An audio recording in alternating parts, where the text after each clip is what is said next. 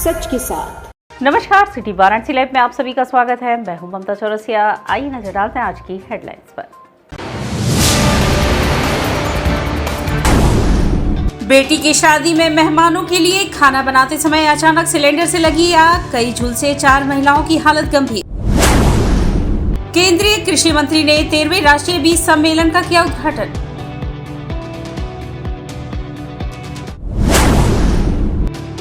तीन दिवसीय सांसद खेलकूद प्रतियोगिता के तहत दूसरे दिन जनपदीय कुश्ती प्रतियोगिता का हुआ आयोजन। और संस्कृत विद्या धर्म विज्ञान संकाय बीएचयू में शुरू हुआ 3 दिवसीय अखिल भारतीय शास्त्रार्थ सभा। और अब खबरें विस्तार से।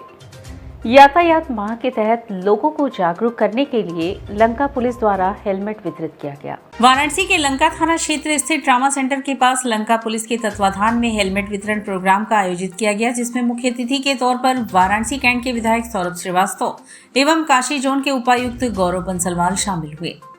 लोगों को संबोधित करते हुए विधायक सौरभ श्रीवास्तव ने कहा कि पुलिस से बचने के लिए हेलमेट का प्रयोग न करें, अपनी जान की सुरक्षा के लिए करें। उन्होंने एक घटना का जिक्र करते हुए बताया कि जब मुझे नई गाड़ी मिली थी तब मुझे हेलमेट मिला था, जिसका उपयोग नहीं किया, जिसके बाद मेरा एक्सीडेंट हो गया। मैं कई दिनों तक कोमा में था, मेरी जान जा सकती थी, पर भगवान के आशीर्वाद के कारण मेरी जान बच गई। हेलमेट का प्रयोग अपनी सुरक्षा के लिए करें। गौरव बंसलवाल ने बताया कि वाराणसी में नवंबर माह को यातायात माह के रूप में मनाया जा रहा है। लोगों को जागरूक करने के लिए लंका पुलिस द्वारा अभियान चलाया जा रहा है। इसी के तहत आज हेलमेट का वितरण कर लोगों को जागरूक किया गया। एडीसीपी नीतू ने कहा कि यातायात माह के तहत पुलिस का मकसद लोगों को चालान करना नहीं है, लोगों को यातायात के विषय में जानकारी देना भी उनका मकसद है। लोगों को इसी के साथ निःशुल्क हेलमेट वितरण किया गया। लोग अपना ध्यान रखें, ट्रैफिक नियमों का पालन करें, जिससे दुर्घटना होने से बचे। इस दौरान महिलाओं के प्रति भी बोला कि आजकल महिलाएं भी ज्यादा 2 पहिया वाहन का प्रयोग कर रही हैं, उन्हें भी जागरूक किया गया है। नवंबर जो महीना है उसको यातायात माह के रूप में मनाया जाता है पूरे प्रदेश में। इसी में जो निःशुल्क हेलमेट हैं वो यहाँ थाना लंका में वितरित किए गए हैं। माननीय विधायक जी जो कैंट के हैं उनको मुख्य अतिथि के रूप में बुलाया गया था और सभी से अनुरोध किया गया है कि ट्रैफिक नियमों का पालन किया जाए। देखिए, चालान करना पुलिस का उद्देश्य नहीं है, आपकी सुरक्षा और ट्रैफिक की व्यवस्था को सुचारू रूप से चलाना हमारा उद्देश्य है। इसी अंतर्गत थाना लंका में आज हमने फ्री के हेलमेट सबको डिस्ट्रीब्यूट किए हैं और माननीय एमएलए साहब भी यहाँ पर थे, सभी को जागरूकता का संदेश दिया है। उसी अंतर्गत हम सभी को बता रहे हैं कि कैसे अपना ध्यान रखें, ट्रैफिक नियमों का पालन करें और हेलमेट जरूर पहनें। काशी हिंदू विश्वविद्यालय के संस्कृत विद्या धर्म विज्ञान संकाय द्वारा आयोजित 3 दिवसीय अखिल भारतीय शास्त्रार्थ सभा का प्रारंभ हुआ। शास्त्रार्थ सभा के प्रथम सत्र में चेन्नई से पधारे वेदांत, मीमांसा, न्याय आदि शास्त्रों के विश्वविश्रुत विद्वान आचार्य मणि द्रविड़ ने मीमांसा शास्त्र के उपक्रम न्याय विमर्श नामक शीर्षक के द्वारा अपना शास्त्रार्थ प्रस्तुत किया। शास्त्रार्थ सभा के द्वितीय सत्र में देवप्रयाग उत्तराखंड से पधारे व्याकरण के युवा मूर्धन्य विद्वान आचार्य गणेश्वर झा ने उत्सर्गवा पवाद स्थले बाध्यात्व वक्षेद का धर्म विचारा विषय पर शास्त्रार्थ किया। शास्त्रार्थ में संकाय प्रमुख professor Rajaram Shukla, professor Madhav Janardan Ratate, doctor Shriram AS आदि विद्वानों के द्वारा बीच बीच में किए गए प्रश्नों ने कार्यक्रम की शोभा बढ़ाई। अधिक विद्वान 3 दिनों तक शास्त्रों के विभिन्न गूढ़ विषयों पर अपना शास्त्रार्थ करेंगे और संस्कृत विद्या धर्म विज्ञान संकाय तथा काशी एवं संपूर्णानंद संस्कृत विश्वविद्यालय तथा अन्य संस्थाओं के छात्र एवं विद्वान यहाँ चर्चा में सम्मिलित हो रहे हैं।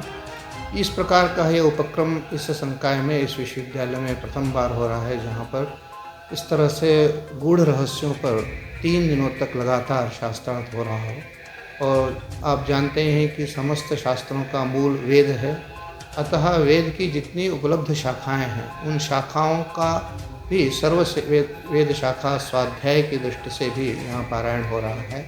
केंद्रीय कृषि मंत्री ने 13वें राष्ट्रीय बीज सम्मेलन का उद्घाटन किया। 13वां राष्ट्रीय बीज सम्मेलन 2024 जो कृषि और किसान कल्याण मंत्रालय भारत सरकार द्वारा आयोजित एक प्रमुख कार्यक्रम है का आज उद्घाटन केंद्रीय कृषि मंत्री शिवराज सिंह चौहान ने वर्चुअल माध्यम से किया। यह 3 दिवसीय सम्मेलन 28 से 30 नवंबर तक अंतर्राष्ट्रीय धान अनुसंधान संस्थान दक्षिण एशिया क्षेत्रीय केंद्र वाराणसी में आयोजित किया जा रहा है। इस सम्मेलन में 700 से अधिक प्रतिनिधि, जिसमें विशेषज्ञ, नीति निर्माता, उद्योग जगत के नेता, शोधकर्ता और किसान शामिल हैं। बीज क्षेत्र से जुड़े प्रमुख मुद्दों और प्रगति पर चर्चा करेंगे। उद्घाटन समारोह में उत्तर प्रदेश के कृषि मंत्री सूर्य प्रताप शाही, डॉक्टर देवेश चतुर्वेदी, कृषि सचिव उत्तर प्रदेश सरकार डॉक्टर यावोन पिंटो, महानिदेशक IRRI सुभाष ठाकुर, अतिरिक्त सचिव कृषि एवं किसान कल्याण मंत्रालय भारत सरकार डॉक्टर अजय कोहली, उप महानिदेशक IRRI और डॉक्टर सुधांशु सिंह, निदेशक ISARC समेत अन्य प्रतिष्ठित गणमान्य व्यक्तियों ने भाग लिया। केंद्रीय कृषि मंत्री शिवराज सिंह चौहान ने अपने संबोधन में वैश्विक बीज क्षेत्र में भारत की बढ़ती भूमिका को रेखांकित किया। उन्होंने जलवायु परिवर्तन और खाद्य सुरक्षा जैसी चुनौतियों का सामना करने के लिए भारत की जैव विविधता, अनुसंधान क्षमता और नवीन तकनीकों का लाभ उठाने पर जोर दिया। उन्होंने कहा, राष्ट्रीय बीज सम्मेलन ज्ञान साझा करने, साझेदारी को बढ़ावा देने और बीज प्रणाली को मजबूत करने के लिए नवाचार को बढ़ावा देने का एक महत्वपूर्ण मंच है। यह सम्मेलन भारत की खाद्य सुरक्षा सुनिश्चित करने, जलवायु चुनौतियों का सामना करने और छोटे किसानों को गुणवत्तापूर्वक बीज उपलब्ध कराने की प्रतिबद्धता को दर्शाता है। उन्होंने विशेषज्ञों और प्रतिभागियों से ऐसे रणनीति कदम विकसित करने का आग्रह किया जो बीजों को अधिक सुलभ, किफायती और प्रभावशाली बनाए। इस अवसर पर एक्ट्रैक्ट, कॉम्पोडियम और चावल की परती वेब पेज और एटलस का भी शुभारंभ किया गया। चावल की परती, वेब पेज और एटलस एक अग्रणी पहल है जो पूर्वी भारत के परती भूमि क्षेत्रों का नक्शा बनाने और उनका विश्लेषण करने के लिए भू-स्थानिक प्रौद्योगिकी का उपयोग करता है। शोधकर्ताओं और नीति निर्माताओं के सहयोग से विकसित यह उपकरण फसल योजनाओं को अनुकूलित करने, प्रणाली की तीव्रता बढ़ाने और क्षेत्र की खाद्य सुरक्षा में सुधार करने के लिए व्यावहारिक समाधान प्रदान करता है। उत्तर प्रदेश के कृषि मंत्री सूर्य प्रताप शाही ने इस ऐतिहासिक आयोजन की मेजबानी पर गर्व व्यक्त किया और राज्य की कृषि उपलब्धियों और भविष्य की योजनाओं पर जोर दिया। विदेशी पर्यटकों द्वारा जबरन वर्मिस टेम्पल पर कब्जा करने का आरोप सामने आ रहा है। इस मामले में पुलिस प्रशासन की नीरसता को देखकर प्रिया राव धरने पर बैठ गई हैं। वाराणसी के वर्मिस टेम्पल को लेकर विवाद बढ़ता जा रहा है। मठ पर जबरन कब्जा करने और स्थानीय पुलिस द्वारा कार्रवाई न किए जाने से आहत पीड़ित प्रिया राव अपने परिवार के साथ जिला मुख्यालय पर धरने पर बैठ गई। बता दें कि प्रिया राव, जो मलदैया वाराणसी की निवासी हैं, ने बताया कि 26 नवंबर 2024 को दोपहर 3 बजे गोविंद मंडेला, सुरेश केसरा, वालका सहित कुछ अन्य लोगों ने उनके निवास स्थान वर्मिस टेम्पल में जबरन घुसकर उनके कमरे का ताला तोड़ दिया। आरोप है कि इन लोगों ने उनका सामान बाहर फेंक कर सफाई शुरू कर दी। जब प्रिया ने विरोध किया और बताया कि मठ का मामला न्यायालय में विचाराधीन है, तो आरोपियों ने उन्हें धमकी दी। उनका दावा है कि गोविंद की पत्नी ने झूठे मुकदमे में फंसाने और पुलिस का सहयोग मिलने की धमकी देते हुए कहा कि वे मठ पर कब्जा करके ही रहेंगे। पीड़िता का कहना है कि घटना की सूचना पुलिस को दी गई, लेकिन कोई ठोस कार्रवाई नहीं हुई। 112 पर कॉल करने के बाद भी पुलिस ने आरोपियों को चौकी तक नहीं बुलाया। प्रिया का आरोप है कि ये सभी आरोपी एक गैंग के तौर पर काम कर रहे हैं, जिनमें कुछ विदेशी पर्यटक भी शामिल हैं। ये पर्यटक वीजा पर भारत में रहकर मठ पर कब्जा करने की कोशिश कर रहे हैं। पुलिस की कार्रवाई से निराश प्रिया और उनका परिवार अब जिला मुख्यालय पर धरने पर बैठ गया है। उन्होंने पुलिस और प्रशासन पर लापरवाही का आरोप लगाते हुए न्याय की गुहार लगाई है। और ताला तोड़ने का आवाज तक नहीं आया। तो वो तो अचानक से मेरे हस्बैंड गए तो देख लिए तो चिल्लाने लगे, तो मैं भागते हुए गई तो रोक लगाए, तो हम लोग को ऊपर बोल रहे हैं कि उल्टा हम लोग को ऊपर केस करेंगे। फिर आपने पुलिस को बुलाया, स्थानीय पुलिस? सर 112 नंबर को बुलाया था मैंने। चौकी इंचार्ज को फोन की तो उनका नंबर जो है स्विच ऑफ बता रहा था। तो वो 112 नंबर आया। उन लोगों से मैंने कहा वो लोग अवैध रूप से ताला तोड़ के अंदर घुस गए, उन लोग को बाहर निकालिए। तो वो कह रहे हम लोग से कोई वो लेना देना नहीं, आप चौकी पे चलिए। जब चौकी पे गए तो चौकी इंचार्ज कह रहे कि आप वहाँ कोर्ट से समझिए, कोर्ट आपका फैसला करेगा। बेटी की शादी में मेहमानों के लिए खाना बनाते समय अचानक सिलेंडर से आग लग गई, जिसमें 4 महिलाओं की हालत गंभीर है, जबकि कई महिलाएं झुलस गई। वाराणसी के आदमपुर थाना क्षेत्र के विजयपुर कोनिया में गुरुवार सुबह गैस का रेगुलेटर लीक करने से आग लग गई। आग की चपेट में आकर 4 महिलाओं समेत 7 लोग झुलस गए, जिसमें 5 की हालत गंभीर है। हादसा तब हुआ जब गैस पर दूध गर्म किया जा रहा था। आग लगते ही घर में कोहराम मच गया। आसपास के जुटे लोगों ने आग से घिरे परिजनों को बचाया। हादसे के समय घर में 30-35 लोग मौजूद थे। सूचना पर लाट भैरव चौकी से पहुंचे पुलिसकर्मियों ने घायलों को तत्काल मंडलीय अस्पताल कबीरचौरा पहुंचाया, जहां उपचार जारी है। चिकित्सकों ने 4 महिलाओं को गंभीर स्थिति में माना है। जानकारी पाकर एसीपी कोतवाली ईशान सोनी भी अस्पताल पहुंचे थे। वहीं झुलसे लोगों के अस्पताल पहुंचने पर चीख पुकार मची है। आदमपुर के विजयपुरा कोनिया आम की बाड़ी निवासी संतोष पांडे की बेटी शिवानी की आज शादी है और घर पर मेहमानों का जुटान हुआ है। मेहमानों के लिए सुबह से चाय नाश्ता तैयार किया जा रहा था। इसके लिए हलवाई किचन में दूध गर्म कर रहे थे। अचानक गैस भट्टी में लगा रेगुलेटर लीक करने लगा। जब तक हलवाई कुछ समझते, गैस ने आग पकड़ ली। चंद सेकंड में आग विकराल हो गई और घर की महिलाएं आग बुझाने के लिए दौड़ी। तेज आग की लपटों में सभी चपेट में आ गई। एक दूसरे को बचाने के प्रयास में चारों महिलाएं गंभीर रूप से झुलस गईं। वहीं पास में खेल रहे 2 मासूमों समेत 3 बच्चे भी झुलस गए। चीख पुकार सुनकर आसपास के लोग दौड़े और कंबल बालू डालकर आग बुझाई। अभी हमारे यहाँ वर्तमान में 7 लोग जो है बर्न होकर आए हुए हैं, जली हुई अवस्था में जो है। और जैसा कि परिजनों ने या लोगों ने बताया कि सिलेंडर ब्लास्ट होने के कारण ये घटना हुई है। अब तक क्या स्थिति बनी हुई है? स्थिति में एक अन्नपूर्णा करके जो 80% जली हैं और उसमें से कोई 60% है, कोई 70% है, लेकिन स्थिति जो है ठीक नहीं है। इतने ज़्यादा बर्न को अच्छा नहीं मानते हैं। कृषि मंत्री सूर्य प्रताप शाही ने बाबा विश्वनाथ के दरबार में हाजिरी लगाई व पूर्व विधायक स्वर्गीय श्यामदेव राय चौधरी के परिवार से मुलाकात की। उत्तर प्रदेश के कृषि मंत्री सूर्य प्रताप शाही ने वाराणसी दौरे के दौरान बाबा विश्वनाथ के दरबार में श्रद्धाभाव से दर्शन और पूजन किया। दर्शन के बाद मंत्री शाही सीधे पूर्व विधायक श्यामदेव राय चौधरी के घर पहुंचे, जहां उन्होंने उनके परिवार से मिलकर शोक व्यक्त किया। पूर्व विधायक श्यामदेव राय चौधरी के निधन पर गहरा दुख व्यक्त करते हुए सूर्य प्रताप शाही ने कहा कि दादा का जाना हम लोगों के लिए एक बड़ी क्षति है। शाही ने अपनी यादें साझा करते हुए बताया कि जब हम विधायक हुआ करते थे तब दादा हमारे कई चुनावों में साथ खड़े होते थे। उनकी मार्गदर्शन और समर्थन से हमें बहुत मदद मिलती थी। आज दादा हमारे बीच नहीं है, लेकिन उनकी कमी हमें बहुत खल रही है। उन्होंने आगे कहा, ऐसी शख्सियत का निधन हमारे लिए अत्यंत दुखद है। मैं इस कठिन समय में उनके परिवार के साथ हूं और उन्हें हर संभव सहायता देने के लिए तैयार हूं। पूर्व विधायक श्यामदेव राय चौधरी के निधन के बाद उनके परिवार में शोक का माहौल है और इस मुश्किल घड़ी में सूर्य प्रताप शाही के द्वारा व्यक्त किए गए संवेदनाओं ने परिवार को कुछ राहत दी है। वाराणसी के सेंट्रल बार में संस्कृत दिवस समारोह का आयोजन हुआ, जिसमें पद्मश्री श्री भाष सुपकर और जिला जज संजीव पांडे की गरिमामयी उपस्थिति रही। देववाणी संस्कृत भाषा के संरक्षण और संवर्धन के लिए गुरुवार को सेंट्रल बार एसोसिएशन के गांधी सभागार में संस्कृत दिवस समारोह का आयोजन किया गया। समारोह के मुख्य अतिथि जनपद न्यायाधीश ने कहा कि संस्कृत भाषा दुनिया की सबसे प्राचीन भाषा देवभाषा है, इसलिए इसे अमर भाषा भी कहा जाता है। संस्कृत से ही कई भारतीय भाषाओं की उत्पत्ति हुई है, इसलिए इसे भारतीय भाषाओं की माँ भी कहा जाता है। संस्कृत भाषा के संवर्धन के लिए सेमिनार संगोष्ठी का आयोजन होते रहना चाहिए। समारोह में प्रख्यात भाषाविद सुरेश शास्त्री, काशी पत्रकार संघ के अध्यक्ष डॉक्टर अत्रि भारद्वाज, बनारस बार के अध्यक्ष अवधेश सिंह और महामंत्री कमलेश सिंह यादव ने भी अपना उद्गार व्यक्त किया। समारोह की अध्यक्षता सेंट्रल बार एसोसिएशन के मुरलीधर सिंह ने और संचालन महामंत्री सुरेंद्रनाथ पांडे ने किया। संयोजन श्यामजी उपाध्याय ने किया। इस अवसर पर योगेश उपाध्याय, सुनंदा सहाय, कल्पना पटेल, डॉक्टर संजय अग्रवाल, नित्यानंद राय, डॉक्टर अविनाश यादव, अभिषेक त्रिवेदी, गौतम कुमार झा सहित सैकड़ों अधिवक्ता उपस्थित थे।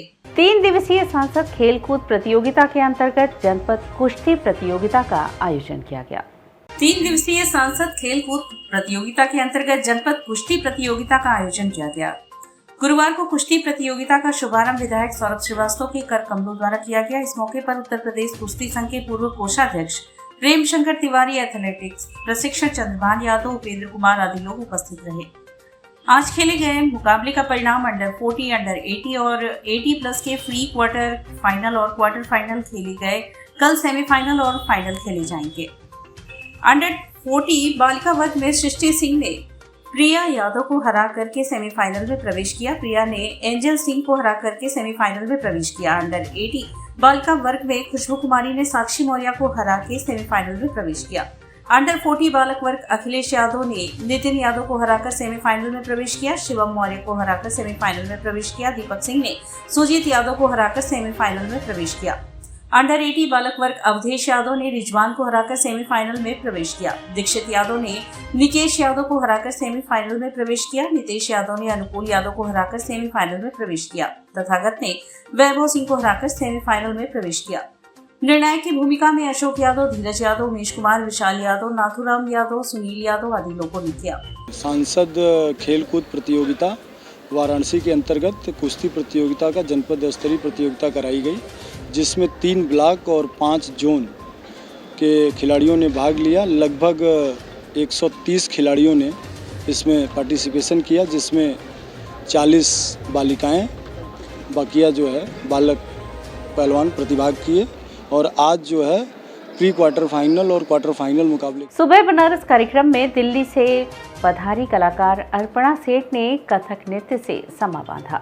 जिला प्रशासन की अभिनव पहल पर गुरुवार को सुबह बनारस के अंतर्गत घाट संध्या कार्यक्रम का शुभारंभ दिल्ली से पधारी कलाकार अर्पणा सराठे ने उत्तर भारत का प्रसिद्ध नृत्य कथक की प्रस्तुति शिव वंदना तत्पश्चात रुद्राष्टकम 3 ताल में पारंपरिक कथक ठुमरी श्रृंगार को रहने दो एवं समापन तराना से किया। कलाकार ने पद, लय, ताल एवं घुंघरू की झंकार से दर्शकों के हृदय को आनंदित किया। कलाकार को प्रमाण पत्र श्याम कुमार केसरी ने प्रदान किया। प्रमाण पत्र प्रदान करने के साथ उनकी संगीत साधना की भी प्रशंसा की। घाट संध्या कार्यक्रम का संयोजन सुबह बनारस के सचिव एवं संस्थापक डॉक्टर रत्नेश वर्मा ने किया। कार्यक्रम का सफल संचालन सीमा केसरी ने किया। इस अवसर पर भारी संख्या में दर्शकगण उपस्थित रहे।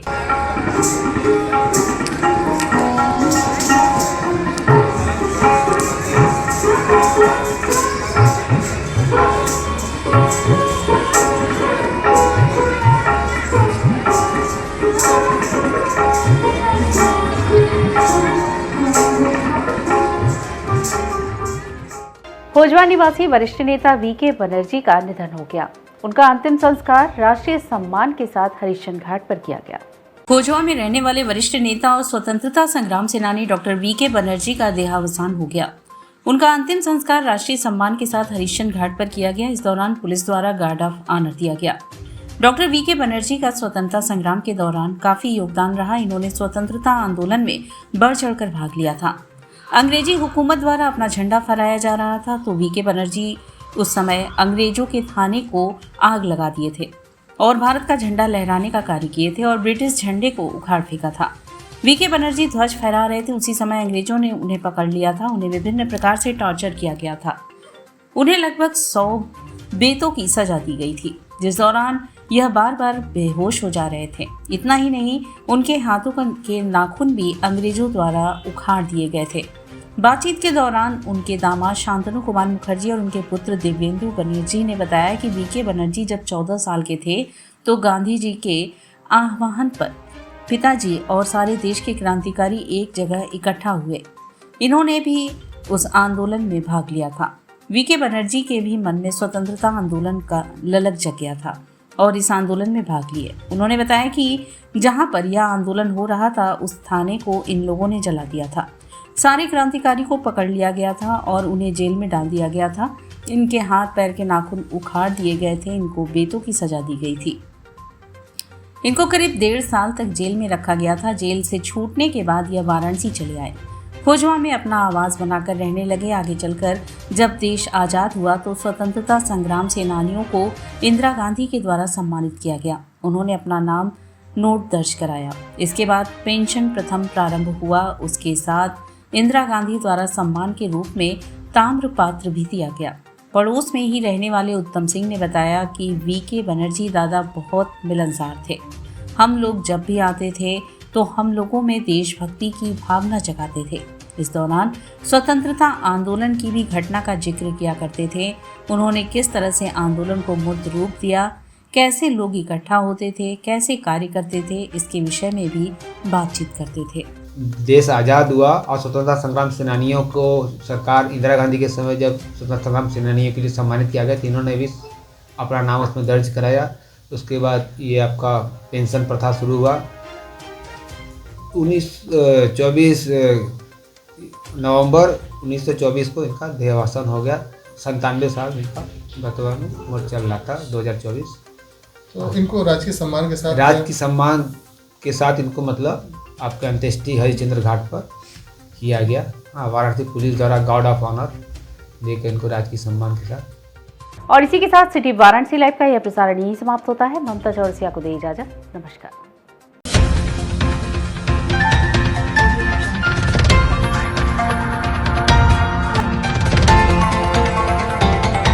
वाराणसी लाइव, सच के साथ।